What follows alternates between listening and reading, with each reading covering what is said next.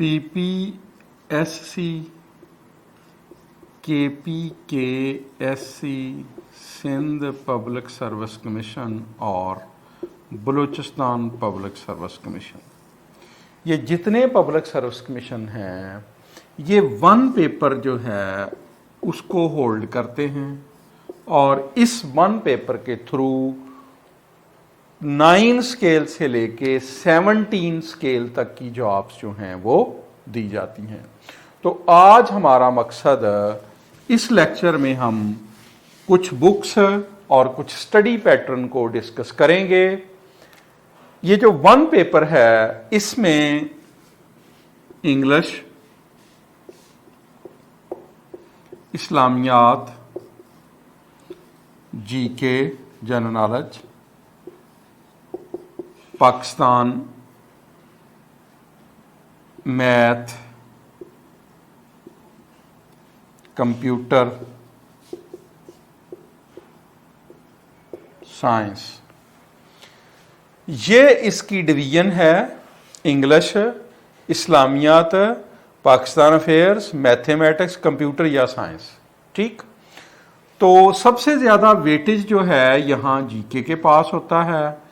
तकरीबन 10-10 सवाल जो हैं या बाज़ कात 5-5, अब जितना ऊपर के स्केल का पेपर होगा उतना जीके का वेट जो है वो बढ़ जाएगा। तो 9 से लेके 17 स्केल तक की सीट्स जो हैं वो यहाँ अनाउंस होती हैं। अब स्टूडेंट जो बात पूछते हैं जी हम तैयारी कैसे करें, भाई तैयारी के लिए 3 मेथड मैं आपको समझाता हूँ। अगर आपकी इंग्लिश लैंग्वेज अच्छी है, आप सवाल पढ़ लेते हैं, तो बेटा याद रखें कोई भी पेपर, चूंकि कंपटीशन बहुत ज़्यादा है, ये 4 माह की तैयारी मांगता है। अब आपने 16 साल या 14 साल या 18 साल स्टडी की है कॉलेजेस में, यूनिवर्सिटीज़ में, तो अब जब जॉब लेने का मौका आया है तो आपको चाहिए कि संजीदगी से, अगर उसमें जितना आप टाइम लगाएंगे उतनी अच्छी जॉब पे आप लैंड करेंगे। तो मिनिमम 4 मंथ का जो है वो टाइम है, ये मैं आपको समझा दूं।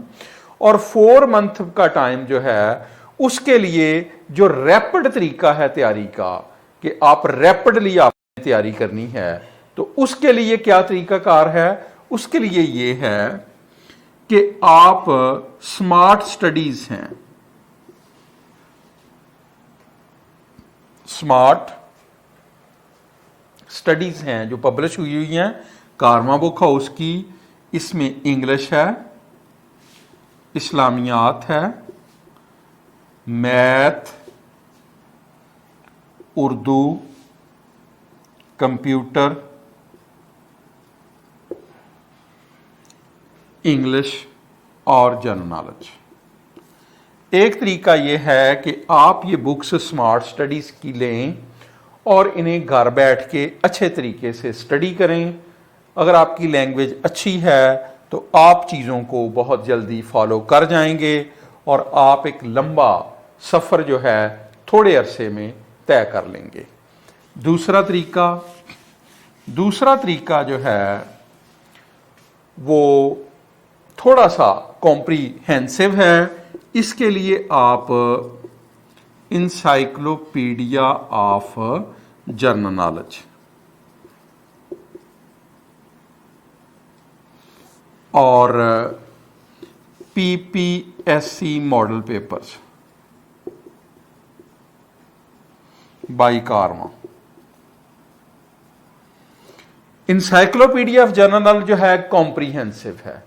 FPSC हो, PPSC हो, कोई भी एग्जाम हो, अगर किसी ने इंसाइक्लोपीडिया से पढ़ा है तो या मॉडल पेपर पढ़े हैं तो मैं समझता हूं कि उनके जो कंपटीशन में हैं वो डेफिनेटली बड़ी अच्छी जगह पे स्टैंड करेंगे। वजह यह है कि हर सवाल जो है उसका एक बैकग्राउंड होता है और उस बैकग्राउंड को समझने के लिए आपको सब्जेक्टिव किताब पढ़नी चाहिए। वो तरीका जो मैंने वन पेपर का जो पहले बताया है वो है रैपिड प्रेपरेशन। वहां आपके पास बैकग्राउंड नहीं है, तकरीबन सभी सवाल जो हैं उनके जवाब हैं। यहां आपके पास बैकग्राउंड है। तीसरा तरीका यह है कि आप एकेडमी विजिट करें। उसकी वजह यह है कि अगर एक क्वेश्चन है तो इस क्वेश्चन का जो बैकग्राउंड है या उससे रिलेटेड सवाल हैं वो हम डिस्कस करते हैं। मिसाल के तौर पे मैं आपको मिसाल बताता हूं कि इस्लामियात है, उसका सवाल है सुलह हदैबिया। अब देखें ना, सुलह हदैबिया हुई 6 हिजरी में। एक तो इसका जवाब ये है। दूसरा जवाब ये है कि हदैबिया जो है ये एक कुएं का नाम है। तीसरा ये है कि मुसलमान जो है ये उमरा की नीयत से गए थे। चौथा ये है कि हजरत उस्मान को भेजा गया था मक्का में सुलह की गरज से, तो उन शहादत की अफवाह फैल गई और उस ज़मन में जो है वो बैत रिजवान हुई। और बैत रिजवान जो है बबूल के दरख्त के नीचे हुई। बैत रिजवान में यह तय किया गया कि हजरत उस्मान की शहादत का बदला हर सूरत लिया जाएगा। नेक्स्ट ये है कि ये सुहेल बिन उमरो और हजरत अली जो हैं इन्होंने इस मुआदे को इंक किया। नेक्स्ट ये है कि ये 10 साल के लिए था। अगला सवाल ये है कि ये 2 साल बाद टूट गया। क्यों? बनु बकर ने बनु खजा पे हमला कर दिया। अबू सुफियान मदीना में तजदीद मुआदा के लिए आए तो मुसलमानों ने इनकार कर दिया। मुसलमानों ने 3 शरायत छोड़ रखे हैं कि बनु बकर को या तो कहा जाए कि वो खून बहा अदा करे, नंबर 1। नंबर 2, क्रैश इसे डिफेंसलेस छोड़ दें। नंबर 3, वो कहें कि सुलह हदैबिया टूट गया। तो ये जो बैकग्राउंड और उसके रिलेटेड क्वेश्चन है, ये मैंने आपको for the sake of information बताया है कि एकेडमी में इस तरीके से चीजों को डिस्कस किया जाता है।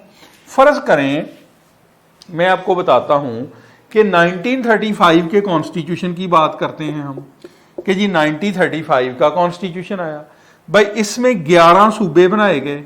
अब देखें इससे मुतल्लिक सवाल है, ठीक। और 1 अप्रैल 1937 में 1 अप्रैल 1937 में यह कानून इन्फोर्स हुआ।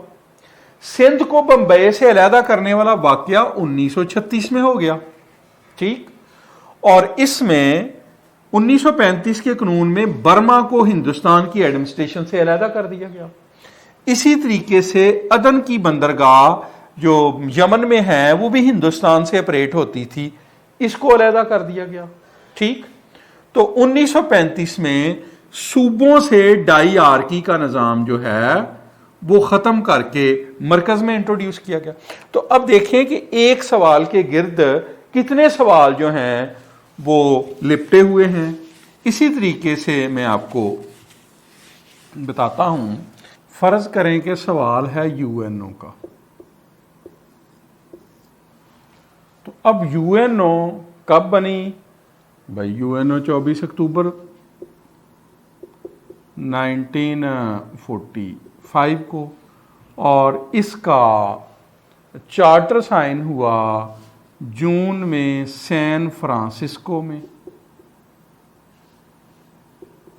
और यूएन जो है इसके 6 अदारे हैं जिसमें इसका सेक्रेटेरिएट है, इसका सोशल एंड इकोनॉमिक काउंसिल है,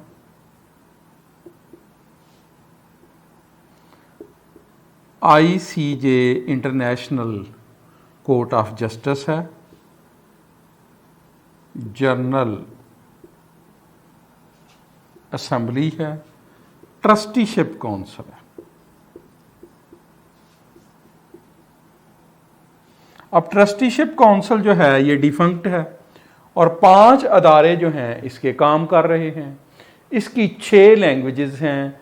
6 लैंग्वेजेस में 4 जो हैं वो उन ममालिक की हैं जो 5 इनके परमानेंट मेंबर हैं सिक्योरिटी काउंसिल के। सिक्योरिटी काउंसिल के 5 परमानेंट पर कौन से हैं? यूएसए है, यूके है, फ्रांस है, रशिया है और चाइना है। और 2 ज़बानें जो हैं इसमें एक अरेबिक है और दूसरी स्पेनिश है कि जी 6 ज़बानें हैं। 1973 में अरेबिक जो है उसको शामिल किया गया एज आ लैंग्वेज। इनके जो सेक्रेटरी जनरल हैं एंटोनियो गटरस हैं और पहले जो हैं वो टिग्राई लाई थे जो नॉर्वे के से थे, और डैग हैमर स्कोलजोल्ड साहब स्वीडन के फ़ज़ाई हादसा में हलाक हो गए। और एशिया के सबसे पहले बर्मा से थे यू थांट। ठीक, तो आईसीजे का दफ्तर जो है ये हेग है और बाकी दफातर जो हैं वो सारे के सारे न्यूयॉर्क में हैं। इसी तरीके से पाकिस्तान ने इसको ज्वाइन किया 1947 में। 30 सितंबर 1947 में पाकिस्तान ने as a 56th member join किया। जब इसकी ज्वाइनिंग हुई तो 50 मेंबर थे। पोलैंड था जो 51 नंबर पे था। पाकिस्तान 56th नंबर पे पाकिस्तान ने ज्वाइन किया। पाकिस्तान के पितरस बुखारी जो हैं पहले परमानेंट रिप्रेजेंटेटिव थे जो न्यूयॉर्क में दफन हैं, वहीं फौत हो गए। तो बेटा ये सवाल हैं जो अलाइड क्वेश्चन बनते हैं। तो जब आप एकेडमी में आएंगे तो ये अलाइड क्वेश्चन हम वहाँ डिस्कस करते हैं और रेगुलर टेस्ट होते हैं। इस वजह से चीज़ें जो हैं वो आसान हो जाती हैं। तो अगर आपको किसी तरह की क्वेरी हो तो आप एकेडमी के जो ईमेल है उस पर हमें भेज दें। इंशाल्लाह we shall try to satisfy it. तो आपको ये जो पेपर करने का तरीका है इसमें बेटा फिर रेगुलर टेस्ट होते हैं। जितने टेस्ट होते हैं उतने स्टूडेंट की चीज़ जो है वो जवाब देने की फैकल्टी पॉलिश होती है, क्योंकि सवाल बाज़ का किसी एक डिमेंशन को सामने रख के पूछा गया होता है।